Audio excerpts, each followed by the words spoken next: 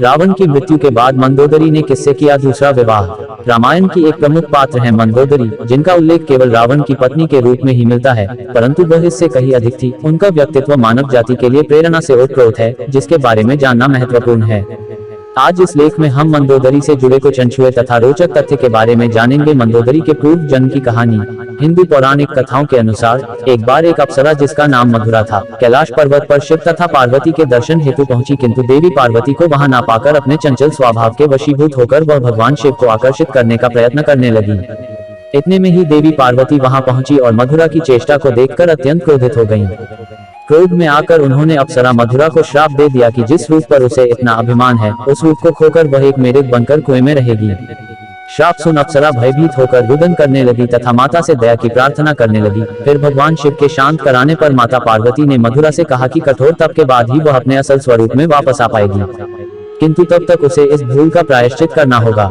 मधुरा लंबे समय तक मेढक के रूप में शिव की कठोर तपस्या करती है और 12 वर्ष उपरांत मधुरा की कठोर तपस्या से वह श्राप मुक्त हो गई और अपने वास्तविक रूप में आ गई।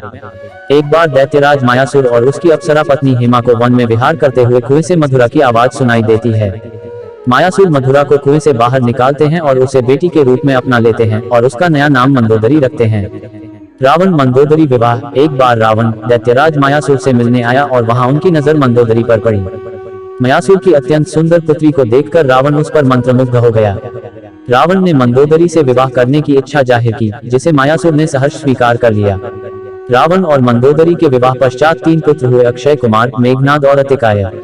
रावण था तो ब्राह्मण, किंतु स्वभाव से बहुत अहंकारी था और मंदोदरी को ज्ञात था कि जिस मार्ग पर रावण चल रहा है, उस मार्ग पर उसका विनाश निश्चित है। उसने बहुत कोशिश की ताकि रावण सही मार्ग पर चल पड़े। वह हमेशा ही उसे गलत कार्यों से रोकती थी, किंतु रावण उसकी कोई बात नहीं सुनता था। मंदोदरी थी एक पतिव्रता नारी। जब रावण सीता का अपहरण कर लाया था, तब भी मंदोदरी ने ही सबसे पहले उसका विरोध किया।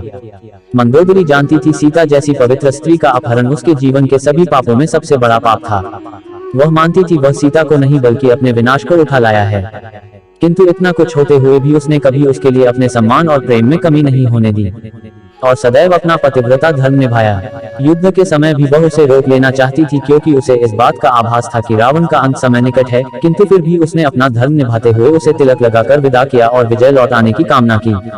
स्वर्ण लंका की महारानी मंदोदरी रामायण का एक ऐसा पात्र है जिन्हें कभी उचित पहचान नहीं मिली। उनकी पहचान केवल रावण की लाचार पत्नी की भांति प्रस्तुत की गई और बहुत कम लोग जानते हैं कि रावण की मृत्यु के बाद मंदोदरी का क्या हुआ।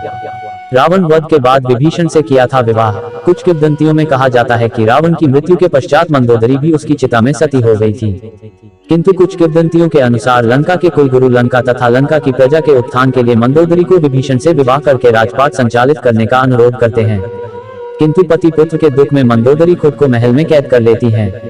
वे पूरी तरह से बाहरी दुनिया से संपर्क तोड़ लेती हैं और इस दौरान विभीषण लंका का राजपाट संभालते हैं। कई सालों बाद मंदोदरी फिर से अपने महल से बाहर निकलती हैं और विभीषण से विवाह करने के लिए तैयार हो जाती हैं। विवाह के बाद मंदोदरी ने विभीषण के साथ मिलकर लंका के साम्राज्य को सही दिशा में आगे बढ़ाया। कुछ पौराणिक कथाओं के अनुसार शतरंज का आविष्कार रावण की पत्नी मंदोदरी ने सबसे पहले किया था। इस खेल का आविष्कार इस उद्देश्य से किया गया था कि रावण अपना सारा समय युद्ध में व्यतीत न कर सके। वीडियो अच्छे लगे तो लाइक एंड सब्सक्राइब करें और बेल आइकन को प्रेस करना ना भूलें। जय हिंद।